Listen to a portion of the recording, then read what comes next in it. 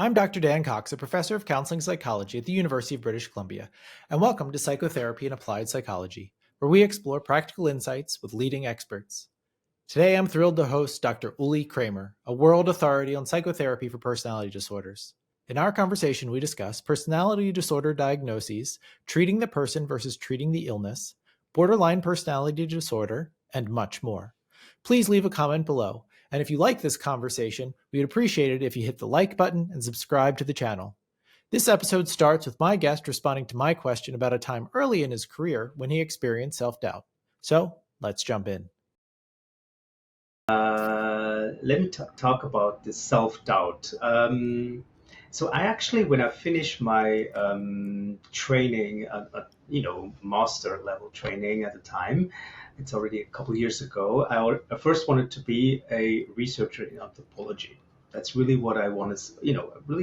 I loved my classes in anthropology, had a minor in cultural anthropology. And I was really, fascinated by the field. Although I had, coming from Switzerland, there's also some constraints in terms of civil service, which I've done. And at that time, I worked with adolescents, both in, violence prevention programs and also with anorexia at the hospital. And I also had first clinical exposure at a practicum at a hospital, working in a psychiatric ward. So basically, I was really exposed in the first year after I graduated to very diverse clinical populations from, let's say, 10 to 65, all across the board, right? And then the first doubt was like, I don't think I'm going to be a researcher. I love this contact with clients so much, just being with a person enable actually to help them and see the impact I can have when a very immediate impact, right?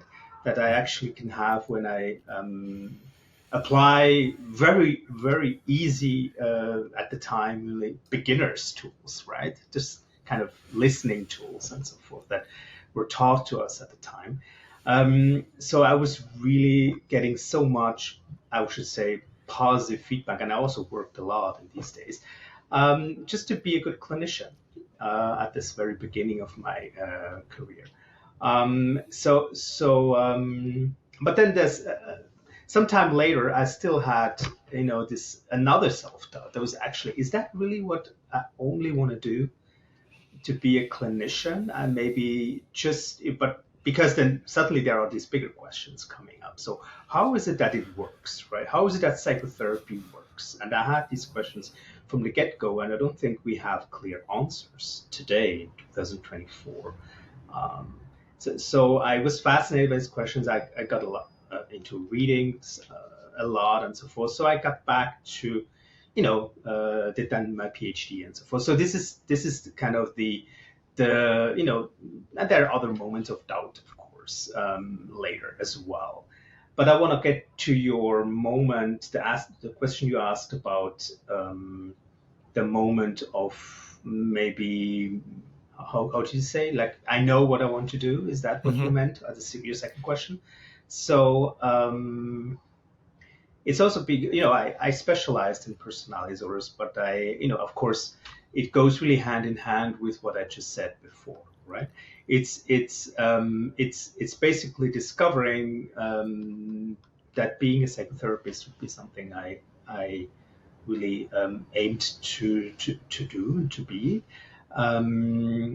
which was really grounded in the first, let's say, long-term cases, you see when you do a clinical training like this. And so I was exposed to a variety of clients working in a psychiatric environment. And I was fascinated by the variety and also the severity of some of the clients, right? I thought that, like, some colleagues mentioned to me, so this is a very difficult client. He or she tried many different therapies, or this person has trauma. It's extremely difficult. So there's kind of this severity in the room, and maybe also question mark in the room, in the sense of, is this really, can anything help, right? And I actually was convinced, I think about 2 or 3 cases, like I can talk more.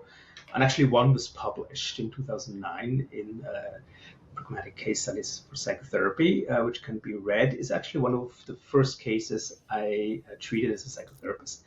The case of Caroline in first year or something, I can't remember, first or second year of training, which really made me realize that with very a good understanding, very detailed understanding, a clinician can really make a change and help the client change profoundly. And this is particularly true for patients who present with a whole variety of symptoms, including interpersonal problems, identity problems, and very severe, self-destructive behaviors such as suicidal thinking, self-harming behavior, and things like that. So this is just rooted in this clinical experience, and really the understanding that it is possible to help these people.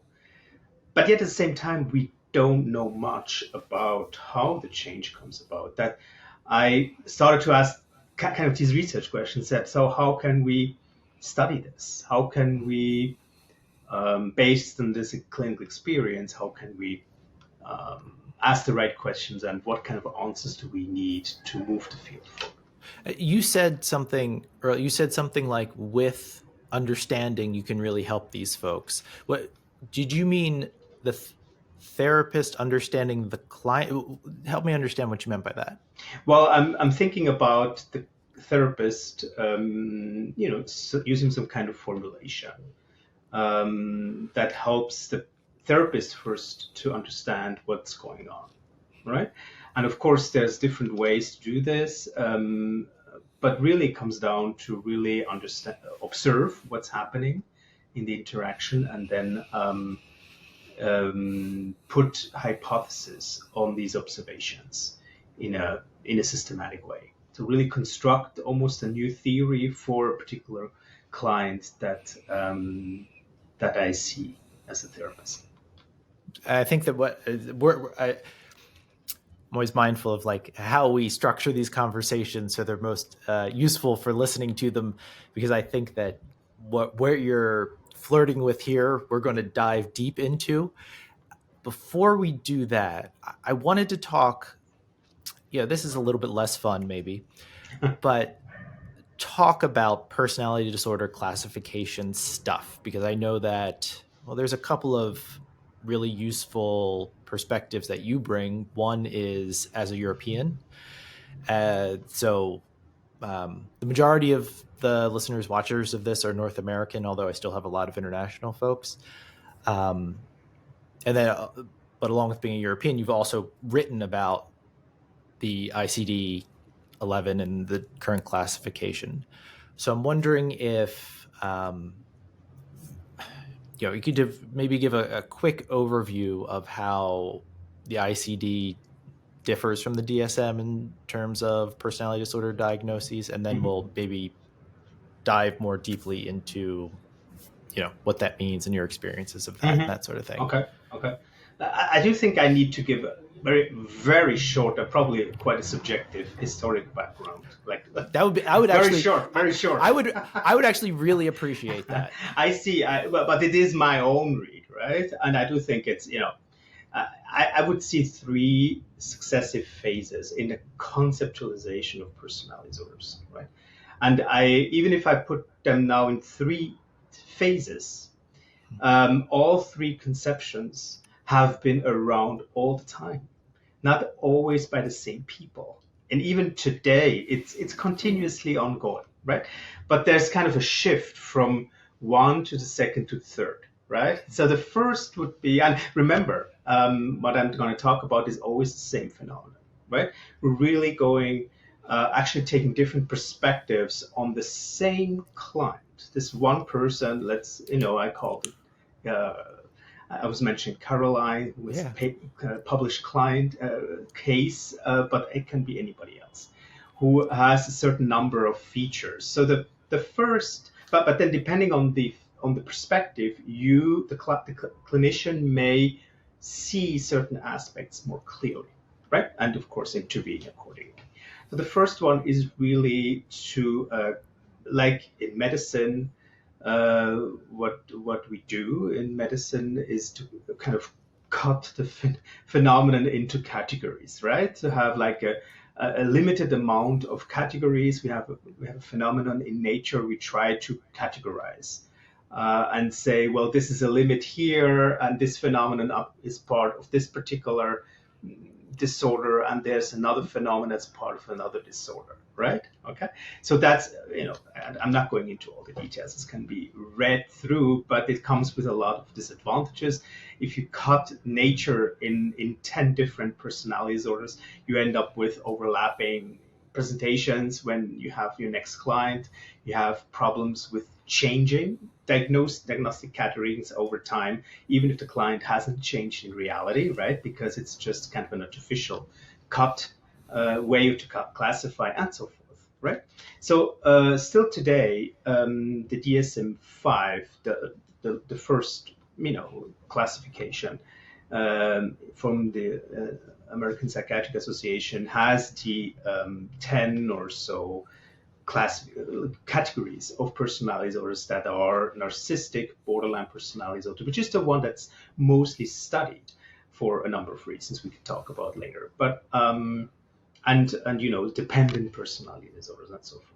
That's the first one, still around and still helpful to some extent, but with a lot of limitations. The second would be, and I think right? This is more dimensional constructs of personality and personality disorders. It's also been around for 100 and so years, right? The first more, but also similarly around for 100 years or so.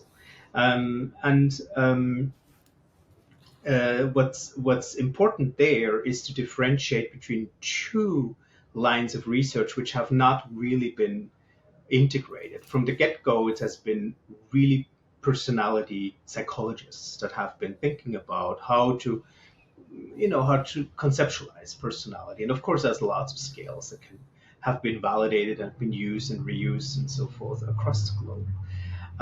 But the first, like within this perspective, the first is, what is personality? What are the features of personality? What is the makeup? How does it look like? How can we describe personality, right?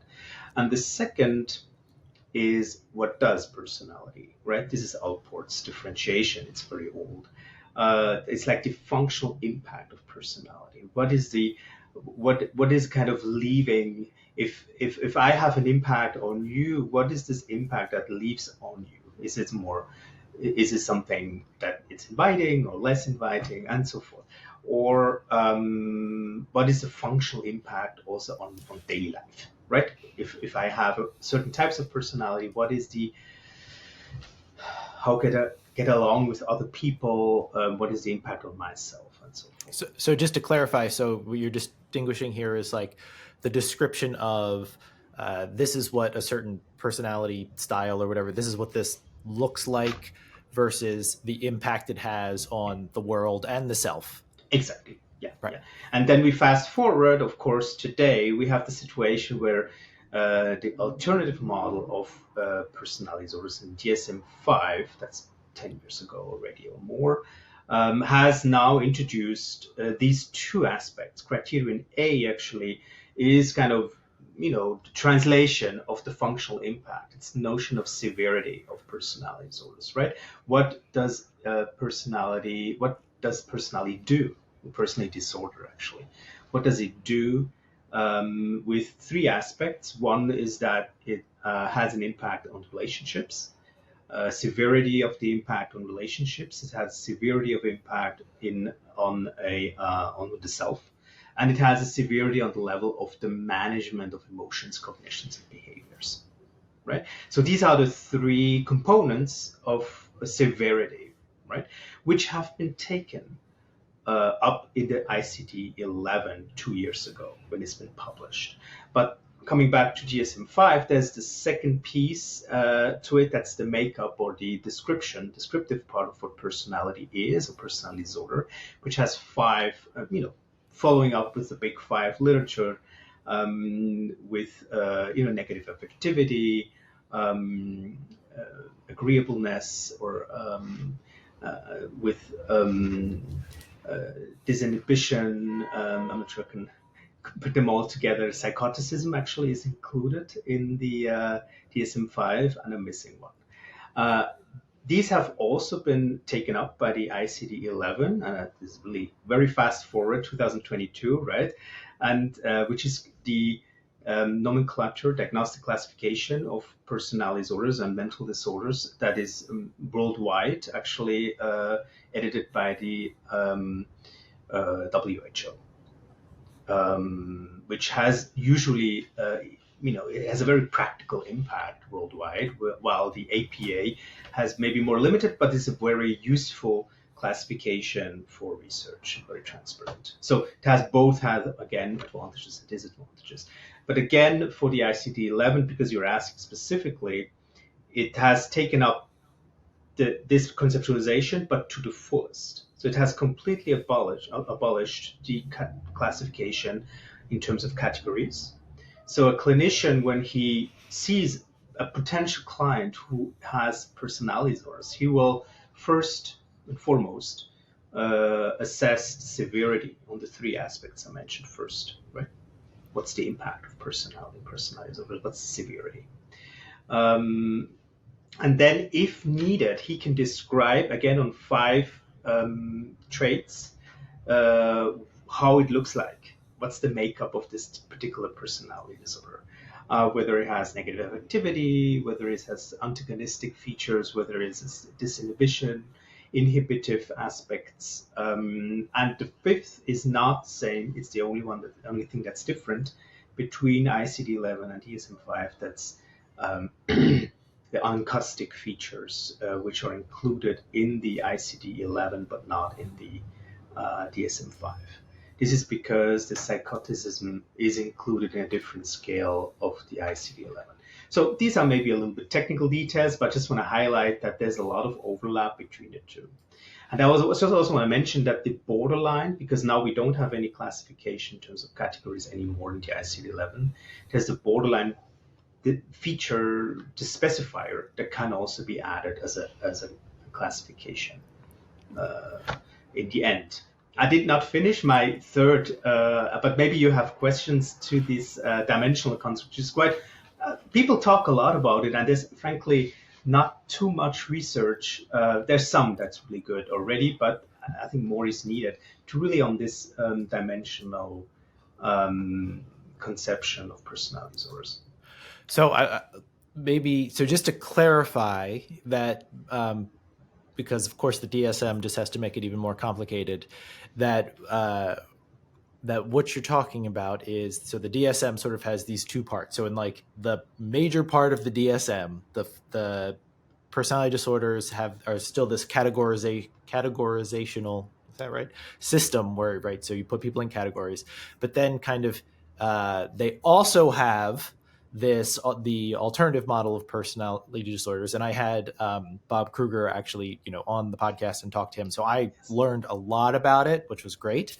That has this dimensional approach, which is, so the DSM kind of has both, but it really puts at the front, I would say, if I'm in training or if I'm a practitioner, you're kind of pushed to still use the categorical, I can't say that right, system that putting people in categories, but it also includes the dimensional part kind of as a, hey, this also seems like it's promising, we're going to include it as well. But I would say it doesn't push that as much, where the ICD has totally transferred over to this much more continuous kind of way of thinking about personality. Yes, that's exactly right. So there's really, from the ICD perspective, there's no other way now to categorize than to diagnose than to use the severity index, which is the only one among everything we talked about that's required.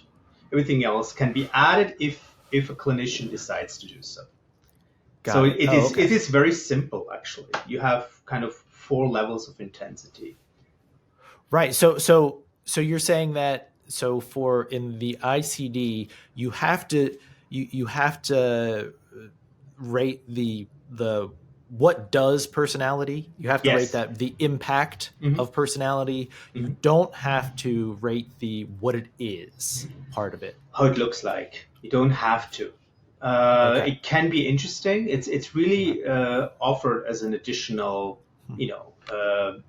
piece to qualify, describe in more detail the personality disorders. Yeah. Mhm.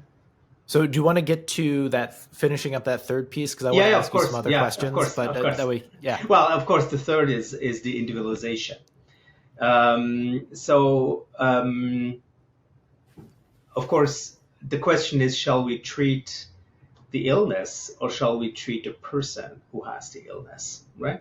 So nobody really knows who says this the first. It's very old, so it's an old wisdom, and I'm not sure any clinician would disagree with this. That's why also I'm saying that even 100 years ago, even if maybe this hasn't been written that explicitly, but it has definitely come up again and again in the literature, not specifically on personality disorders, but it is most relevant in personality disorders, I think, to really think about what does this particular client actually feature.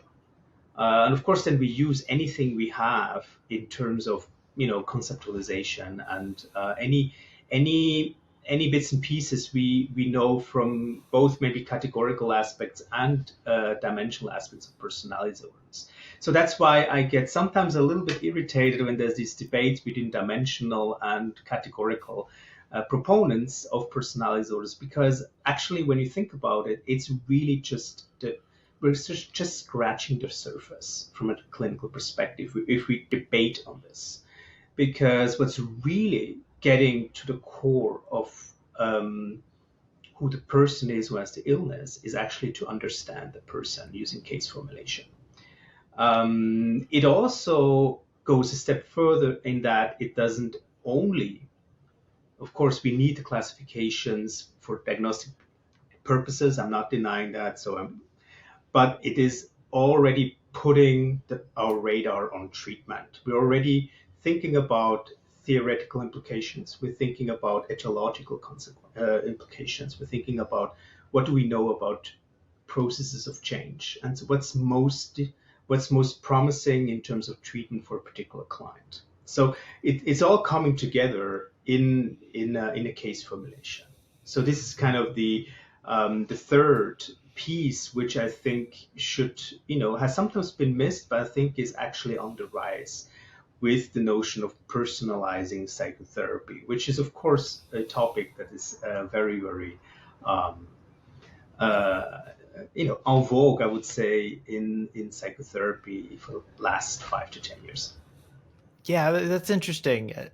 I'm sort of just want to follow up on the um, diagnostic stuff, but I also sort of, and what you're saying is very enticing as well, because I think that in certain communities that I think that you're probably right in sort of the personalizing, but I think that, and I don't know, I come from a very North American perspective, and that I would say that superficially, sure, but if you actually really dug into how most practitioners practice and are trained, I'm not, that I think that, you know, I don't, I think it's in vogue in a very small sliver of folks, is what Okay, I would yeah, say. okay, yeah. But I don't know, maybe it's different in Europe. I don't really know. I mean, it's definitely a reflection that's out there. That's not new. I really have to say it's been out there since these wisdoms have been pronounced, and of course it is currently a central topic at conferences such as the ones from the Society of Psychotherapy Research, SEPI as well, and so forth. So there's a lot of new methods coming up in addition to case formulation, but lots of methods that help clinicians and researchers to actually conceive personalization. But because it's so, maybe, it's getting started now. Um, it's it maybe haven't reached some clinical communities yet. But I want to highlight that it's also kind of one of the potentials to really think about some kind of patient-focused care, right? We're really not going beyond, let's say, categories of treatment that we think, okay, either we're doing, let's say, behavioral therapy, or we're doing humanistic therapy, or we're doing psychodynamic psychotherapy, or we're conceptualizing our client according to any of these theoretical models, which is all fine, right? You know, but ultimately, what therapists tend to do, and surveys have shown that many therapists, identify with actually some kind of mix and match of some of these theories when they work with clients, right? And of course, if that's the reality, I think psychotherapy researchers, but also theoreticians, we should really think about whether we should continue, doing our specific theory-based research and theory development, which may be interesting, or whether we would really go at the core of change that is spanning through all psychotherapies. Of course, I'm a defender of the second, integrative movement with all its problems that's there. But it is just to say that personalization brings us to this question, I think, to ask whether we actually adhere to one therapy school, or whether we would accept that we're actually open to integrate two or multiple models in our practice. All right, let's come back to that, because but I do want to just, you were an author on a paper that came out in 2022. So that means you probably wrote it in 2021 or whatever. But it was on unanswered questions about the ICD-11. And so as I was reading that, I was thinking, well, it's been 2-3 years since you worked, you and your co-authors worked on that. Yeah. And part of me wondered, like, one of the things that really stuck out in that article to me was, it was something like, with this ICD-11 system, that you could have up to 93 different, was it 93? Is that right? 93 different, I don't know, labels, whatever you want to call it. That, and it was sort of a, boy, that's a lot. But so whether it's that specifically, or, I'm just curious, a couple years in now, what is your experience of the ICD-11 personality disorder system?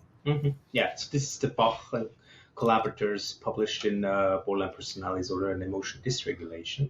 It's actually a paper that the ESSPD board, European Society for the Study of Personality Disorders, which I had the honor to preside in the last 2 years, wrote together as a group. So it's really an expert article, like our opinion of all these different researchers put together in Europe. So to answer your question, I think I come back to what I said before a little bit. That's really highlighting, and it's said in the article as well. And really, there may be new research coming up, which I'm not aware of. But really, what's important is that the severity index is the only one that's required, right? So everything you just mentioned with the 94 combinations possible, that's mathematically correct. But you can, especially for starters, right? It may be just good to get a grasp of how severe is this personally? A person, severely disturbed. How severe is this personality disorder, I should say, right? So, and there's a few rules of thumb which have been discussed in this paper as well. That is, if you have a severe suicidal thinking, self-harming behavior, or impulsive behaviors, or aggressivity, then you probably are in the realm of severe personality. If you don't have these aspects, but you have severe identity issues, or interpersonal issues as impact on others, then you're more in the moderate range. And in the mild range, if any of these problems come up fleetingly, in the sense that they're still clinically relevant, right? We don't want to miss these. And then personality pathology, that means sub-threshold personality features. If this is like you and me, we have a little bit of pronunciations, a little bit of that, a little bit of that, but without hopefully having a very negative impact on others and self and management. And so do you find that this new system, do you feel like it's an improvement? Like, are you feel like, I mean, anecdotally, are you feeling like, yeah, just sort of being required to focus on severity is a useful, it's useful. This is a good for practitioners. So there's a lot to say about this question. So we could end the day with this, but we won't. I hope. But of course, I can only say of course, but there's also problems. But let me say yes. Let me say first yes. To have a severity index is so helpful. I think it's so helpful because you suddenly, if you really think about this, and this should be included in any other diagnostic category as well, right? That we think about really the severity and put specific behaviors attached to specific levels of severity. I think this is really revolutionary for diagnosis. Another piece that's more going the other way is really, there's an argument saying it's a huge improvement because it actually reduces stigma. Let me give a little bit of a balanced picture. I'm not sure this is helpful, but stigma is of course important. No one in our field would say it's good to stigmatize clients. I mean, this would be odd, right? Stigma, of course, is related with language. What language means for all of us, right? So the idea here is the categorical system has been around for so long that you read in the newspapers, and I know in the US and Canada it's similar as in Europe, that you see the narcissistic come back and so forth. So, these kind of things. And of course, if you read this every year for 50 years, we know what a narcissist, I mean, we the people, right? Everybody, or first year psychology students, we know that this is a bad thing, right? And so there's a stigma attached to these names, which you can debate whether that was the intent when people created these names. I don't know. I haven't been around at that time, so I can't really speak to that. But I just want to highlight that it is it's very relative. And it is possible that in 10, 20 years, the notion of severity in personality disorders may similarly be seen or experienced by at least certain people as stigmatizing. I'm just highlighting this because this, again, speaks to some kind of individualizing and just kind of being aware that what's really important and driving the change is what the client makes out of how we speak about their disorder. So that's why also there's a disagreement. Certain colleagues say giving the diagnosis of borderline personality disorder is helpful, right? It's also my experience for certain clients. I have a active practice, even if I'm doing a lot of research and teaching and so forth. But I know this is helpful, right? Because some clients can really relate to the features of this disorder.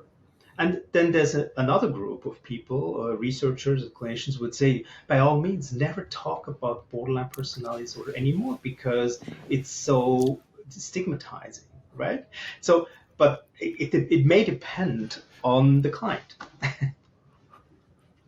So bring up the borderline thing. So in the ICD, there's also this borderline pattern specifier. Yes, that you can correct. slap on to any personality disorder diagnosis. Yeah. And it sort of struck me, and the way I sort of read it is that specifier looked very similar to how I would think about the DSM-5, Absolutely. borderline personality Same diagnosis. thing. Right. Same thing. So it struck me as a little bit odd that that we have this sort of dimensional classification system, Mm-hmm.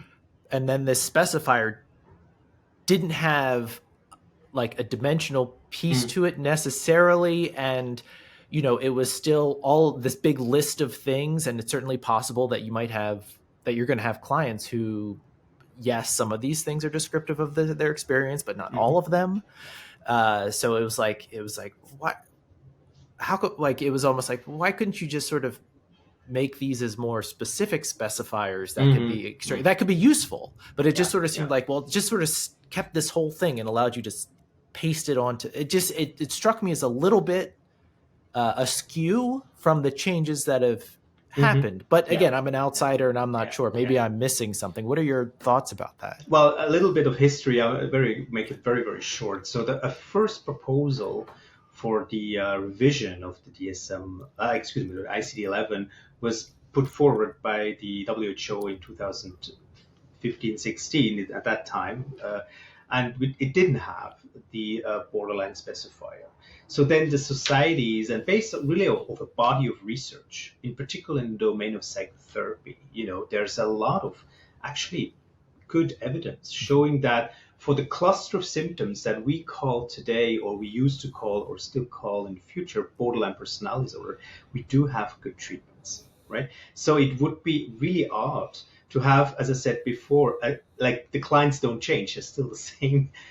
They still have the same problem. So if this group of people would suddenly, for insurance purposes or any other reasons, would not actually be able to benefit from treatment, that would be really sad as a consequence.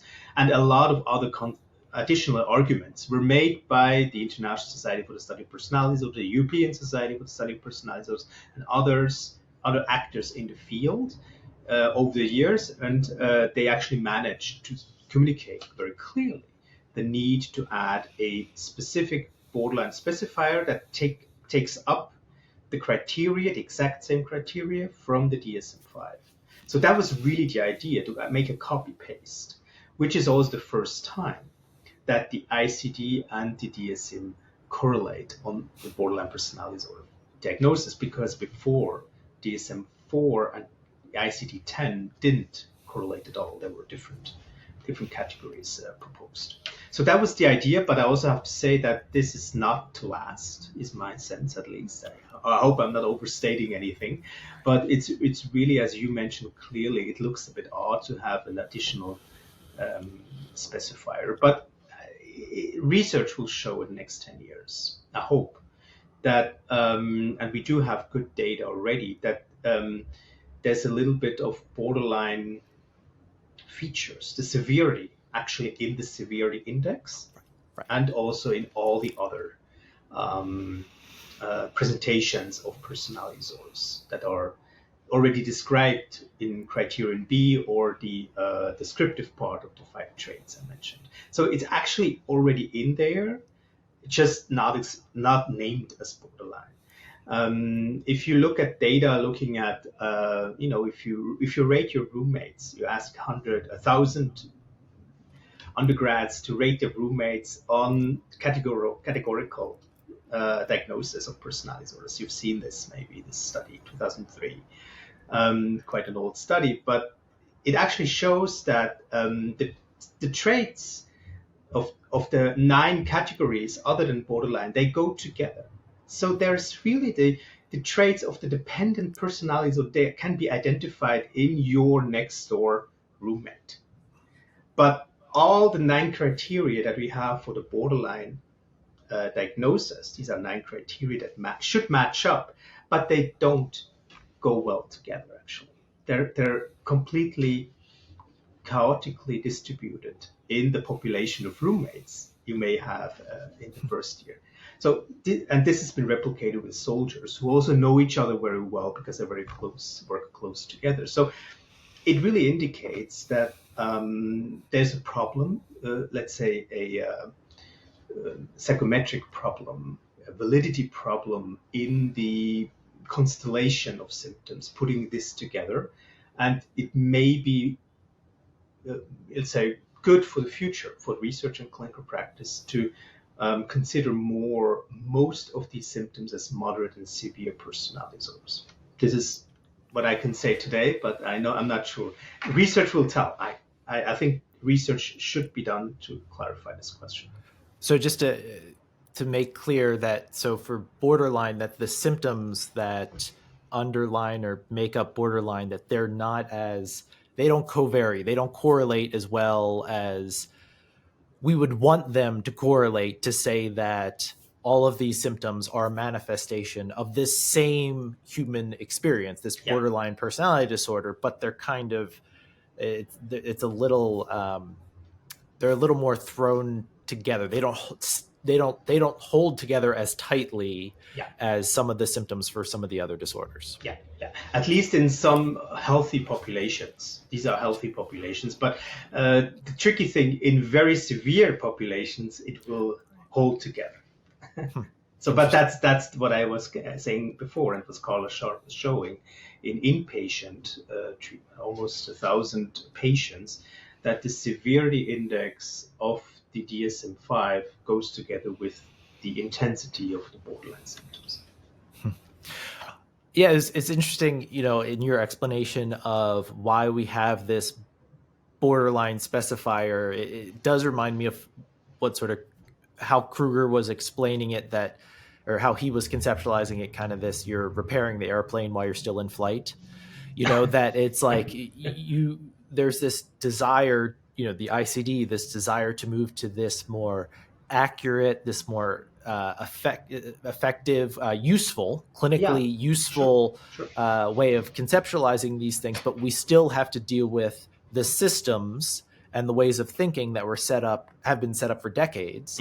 And we basically don't want to screw a whole bunch of patients in the process of trying to improve this. Absolutely. So there's a whole lot of also political influences I think we should be aware of, and if it were only scientific reasons, I think that would be also too short-viewed. I think it's really important to see that the ultimate beneficiary is the patient. Thanks so much for watching, and if you enjoyed this conversation, don't forget to like the video and subscribe to the channel. And be sure to check us out for the second part of this conversation. Until next time.